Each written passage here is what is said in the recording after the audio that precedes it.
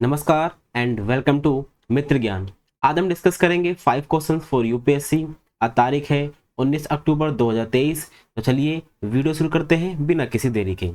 हमारा जो पहला क्वेश्चन है वो क्यूआर कोड के संदर्भ में है। ठीक है, हम अपना पहला क्वेश्चन पढ़ते हैं।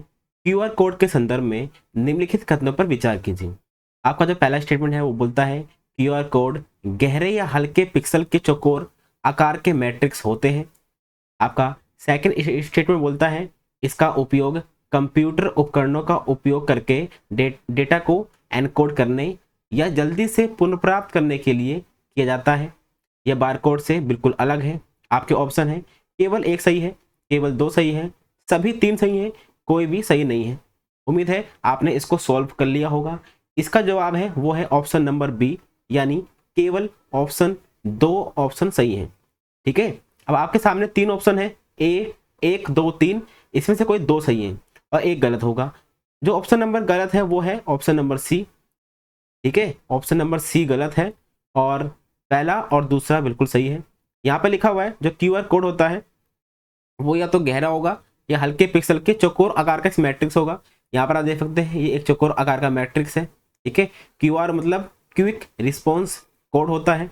ठीक है, इसीलिए पहला बिल्कुल सही है। इसके अंदर एक डेटा होता है जिसको हम एक कंप्यूटर के उपकरण से एक्सेस कर सकते हैं, इसीलिए जो सेकंड नंबर ऑप्शन है वो बिल्कुल सही है। यहाँ पे लिखा हुआ है थर्ड में कि ये बारकोड से बिल्कुल अलग है। ये बारकोड से बिल्कुल अलग नहीं है क्योंकि इनका जो प्रोसेस है काम करने का वो लगभग सेम है। इसीलिए ऑप्शन नंबर जो 3 है वो गलत हो जाता है। इसीलिए आपका जो आंसर है वो है बी। ठीक है, अब हम चलते हैं अपने क्वेश्चन नंबर सेकंड की तरफ। हमारा क्वेश्चन नंबर सेकंड बोलता है धन विधेयक के संदर्भ में निम्नलिखित कथनों पर विचार कीजिए। आपके पास तीन स्टेटमेंट है। पहला बोलता है धन विधेयक को लोकसभा में पेश किया जाना चाहिए लेकिन यह राज्यसभा में पेश नहीं किया जा सकता। ठीक है, सेकंड स्टेटमेंट बोलता है राष्ट्रपति किसी धन विधेयक को स्वीकार या अस्वीकार कर सकता है लेकिन उसे पुनर्विचार के लिए वापस नहीं कर सकता। ऑप्शन नंबर जो 3 है यानी स्टेटमेंट नंबर 3 है वो बोलता है धन विधेयक से संबंधित प्रक्रिया के अंतर्गत संयुक्त बैठक का प्रावधान शामिल है। ठीक है, आपके ऑप्शन है केवल एक सही है, केवल दो सही है, सभी तीन सही हैं, इनमें से कोई भी सही नहीं है। उम्मीद है आपने इसको भी सॉल्व कर लिया होगा। इसका जवाब है वो भी ऑप्शन नंबर बी है। ठीक है, ऑप्शन नंबर बी, यानी केवल दो सही है, एक गलत है। अब आपके मन में आ रहा होगा कि गलत कौन सा है, तो गलत है थर्ड एंड सही है फर्स्ट एंड सेकंड। ठीक है, थोड़ा सा हम देख लेते हैं कि धन विधेयक क्या होता है और इसका प्रोसेस क्या होता है। ठीक है, देखिए धन विधेयक को केवल लोकसभा में ही पेश किया जा सकता है पहली बार। ठीक है, सबसे पहले हम कहाँ पे पेश करेंगे धन विधेयक को, वो हम पेश करेंगे लोकसभा के अंदर। जो धन विधेयक होता है जिसको हम इंग्लिश में मनी बिल बोलते हैं। ठीक है, किसी भी धन विधेयक को कौन बताएगा कि ये धन विधेयक है। देखिए धन विधेयक को धन विधेयक बताने के लिए लोकसभा के जो अध्यक्ष होते हैं वो बताएंगे कि ये धन विधेयक है या फिर कोई साधारण विधेयक है या फिर वित्त विधेयक है। ठीक है, जो मनी बिल होता है जिसे हम धन विधेयक बोलते हैं उसके अंदर क्या क्या चीजें होनी चाहिए। अगर वो टैक्सेशन से संबंधित है, ठीक है, कर से संबंधित है तो वो धन विधेयक है। पब्लिक एक्सपेंडिचर से संबंधित है तो भी वो धन विधेयक है। ठीक है, अगर गवर्नमेंट को उधार लेना है तो भी वो धन विधेयक है, या फिर संचित निधि की बात हो रही है तो भी वो धन विधेयक है। ठीक है, और आपको हमने बताया कि कौन बताएगा कि कोई जो बिल है, कोई विधेयक है वो धन विधेयक है या नहीं, वो बताएंगे लोकसभा के अध्यक्ष।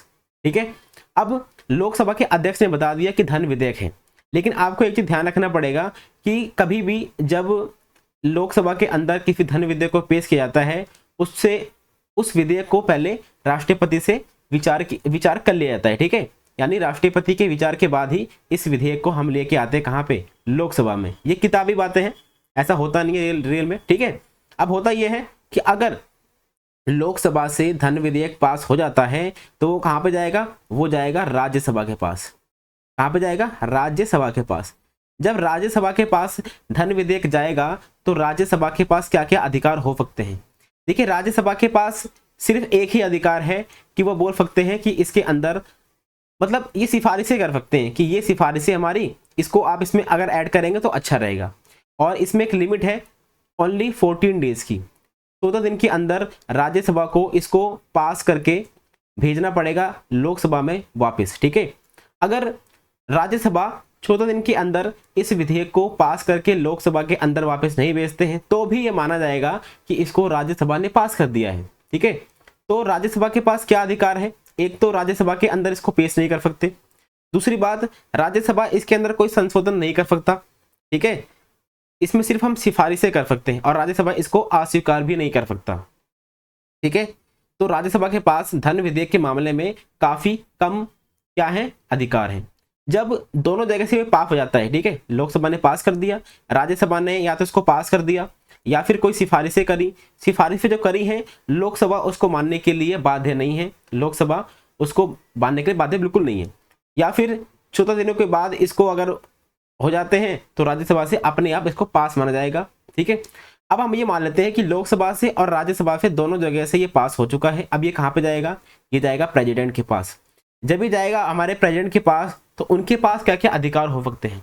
देखिए, जो हमारे प्रेसिडेंट हैं इसको स्वीकार कर सकते हैं, अस्वीकार कर सकते हैं, लेकिन पुनर्विचार के लिए नहीं भेज सकते। ठीक है, ये आपको ध्यान रखना है कि एक धन विधेयक को, एक मनी बिल को राष्ट्रपति जो हमारे प्रेसिडेंट हैं उसको पुनर्विचार के लिए नहीं भेज सकते। इसीलिए जो हमारा पहला ऑप्शन था बिल्कुल सही था। पहले ऑप्शन में लिखा हुआ है कि लोकसभा में ही पेश किया जाएगा, राज्यसभा में पेश नहीं कर सकते, ये बिल्कुल सही है। सेकंड ऑप्शन बोलता है जो धन विधेयक है राष्ट्रपति स्वीकार कर सकते हैं, अस्वीकार कर सकते हैं, लेकिन पुनर्विचार के लिए नहीं भेज सकते, ये गलत हो जाएगा। अब आपको ये ध्यान रखना है कि लोकसभा और राज्यसभा का जो संयुक्त बैठक होता है ना, वो धन विधेयक के मामले में नहीं होगा। ठीक है, यानी साथ में मिलके इसको पास नहीं कराया जा सकता एक धन विधेयक को। समझ में आ गया आपको? इसीलिए जो हमारा ऑप्शन 3 है वो गलत हो जाता है, इसलिए आपका जो आंसर है वो बी आ जाता है। अब हम चलते हैं अपने क्वेश्चन नंबर 3 की तरफ। हमारा क्वेश्चन नंबर 3 बोलता है बेल्ट एंड रोड इनिशिएटिव के संदर्भ में निम्नलिखित कथनों पर विचार कीजिए। आपका जो पहला स्टेटमेंट है वो बोलता है इसका उद्देश्य है दक्षिण पूर्व एशिया, मध्य एशिया, खाड़ी क्षेत्र, अफ्रीका और यूरोप को स्थल समुद्री मार्गों के नेटवर्क से जोड़ना। जो सेकंड स्टेटमेंट है वो बोलता है सिल्क रोड इकोनॉमिक बेल्ट भूमि परिवहन मार्गों के नेटवर्क के माध्यम से पूरे यूरेशिया में कनेक्टिविटी, बुनियादी ढांचे और व्यापार संबंधों को बेहतर बनाने पर केंद्रित है। आपके ऑप्शन है केवल एक सही है, केवल 2 सही है, 1 और 2 दोनों सही है, ना तो 1 सही है ना ही 2 सही है। उम्मीद है आपने इसको भी सोल्व कर लिया होगा। इसका जो आंसर है वो है ऑप्शन नंबर सी, दोनों के दोनों बिल्कुल सही है। तो चलिए थोड़ा डिस्कस कर लेते हैं कि बेल्ट एंड रोड इनिशिएटिव क्या है। देखिए, इसको वैश्विक कनेक्टिविटी और सहयोग को बढ़ावा देने के लिए शुरू किया गया था। ये एक बहुआयामी विकास रणनीति है। इसको 2013 में लॉन्च किया गया था। ठीक है, इसका उद्देश्य क्या है? इसका उद्देश्य यह है कि हम दक्षिण पूर्व एशिया को, मध्य एशिया को, खाड़ी क्षेत्र को, अफ्रीका को, यूरोप को स्थल के माध्यम से और समुद्री मार्गों के माध्यम से एक नेटवर्क बनाएं और इनको आपस में जोड़ दें। ठीक है, इसका पहले नाम रखा गया था वन बेल्ट वन रोड, बाद में इसका नाम चेंज कर दिया गया, बाद में नाम क्या कर दिया गया? BRI, यानी बेल्ट एंड रोड इनिशिएटिव। आपको यहाँ पर 2 तरह के रोड देखने को मिलेंगे, एक होगा स्थल वाला रोड और एक होगा समुद्री रोड। इनके दो नाम दिए गए हैं। वो नाम कौन कौन से हैं? एक है सिल्क रोड इकोनॉमिक बेल्ट। जो सिल्क रोड इकोनॉमिक बेल्ट है वो आपको देखने को मिलेगी यूरेशिया में। कहाँ पे? यूरेशिया, यानी यूरोप और एशिया को मिला हुआ जो क्षेत्र होता है उसको यूरेशिया बोलते हैं। इस यूरेशिया में जो नेटवर्क फैला हुआ है उसको हम बोलते हैं सिल्क रोड इकोनॉमिक बेल्ट। ठीक है, यहाँ पर हम क्या करते हैं? यहाँ पर हम कनेक्टिविटी को बढ़ाते हैं, बुनियादी जो ढांचा है उसमें मतलब इन्वेस्टमेंट करते हैं और व्यापार को बढ़ावा देने का काम करते हैं। फिर एक और रोड है, उसका नाम है समुद्री सिल्क रोड। ठीक है, समुद्री सिल्क रोड, इसमें हम क्या करते हैं? समुद्र के माध्यम से कनेक्टिविटी को बढ़ाते हैं। समझ में आ गया? समुद्र के माध्यम से कनेक्टिविटी को बढ़ाते हैं, इसी को हम बोलते हैं समुद्री सिल्क रोड। इसमें भी हम क्या करते हैं? जो समुद्री कनेक्टिविटी है उसको बढ़ाते हैं और देशों के साथ सहयोग को भी बढ़ाते हैं। समझ में आ गया आपको? तो इसी हिसाब से जो हमारा दोनों का दोनों ऑप्शन है वो बिल्कुल सही हो जाते हैं और सी इसका आंसर आपको देखने को मिलता है। अब हम चलते हैं अपने क्वेश्चन नंबर 4 की तरफ। क्वेश्चन नंबर 4 बात करता है RCEP के बारे में, जिसको हिंदी में क्षेत्रीय व्यापक आर्थिक साझेदारी और इंग्लिश में regional comprehensive economic partnership agreement कहते हैं। ठीक है, RCEP के संदर्भ में निम्नलिखित कथनों पर विचार कीजिए। RCEP विश्व का सबसे बड़ा व्यापक ब्लॉक है। सेकंड जो स्टेटमेंट है वो बोलता है आरसीईपी के सदस्य राष्ट्र हैं वैश्विक जीडीपी के 50% से अधिक का प्रतिनिधित्व करते हैं। जो भारत है आरसीईपी के सदस्य के रूप में सक्रिय रूप से भाग लेता रहता है। तो इसकी जो ऑप्शन है वो है केवल एक सही है, केवल दो सही है, सभी तीन सही हैं, इनमें से कोई भी सही नहीं है। इसका जो आंसर है वो है ए, यानी केवल एक ही इसमें सही है। और आपको इसमें दो गलत देखने को मिलेंगे। दो गलत कौन कौन से हैं? एक तो सेकंड जो स्टेटमेंट है वो गलत है एंड थर्ड स्टेटमेंट वो भी गलत है। थोड़ी देख लेते हैं कि आरसीईपी क्या होता है। देखिए जो आरसीईपी है वो विश्व का सबसे बड़ा व्यापारिक ब्लॉक है, ये बिल्कुल सही बात है। यहाँ पर हम आर्थिक एकीकरण, व्यापार का उदारीकरण और सहयोग को बढ़ावा देने का काम करते हैं। ठीक है, जीडीपी की बात करते हैं तो जीडीपी आपको यहाँ पर 30% से थोड़ी सी ज़्यादा देखने को मिलेगी। और जो मतलब पॉपुलेशन है वो आपको देखने को मिलेगी 1/3। ठीक है, यानी 33% यहाँ पर आपको पॉपुलेशन देखने को मिलेगी। इसको लॉन्च किया गया था 2012 में।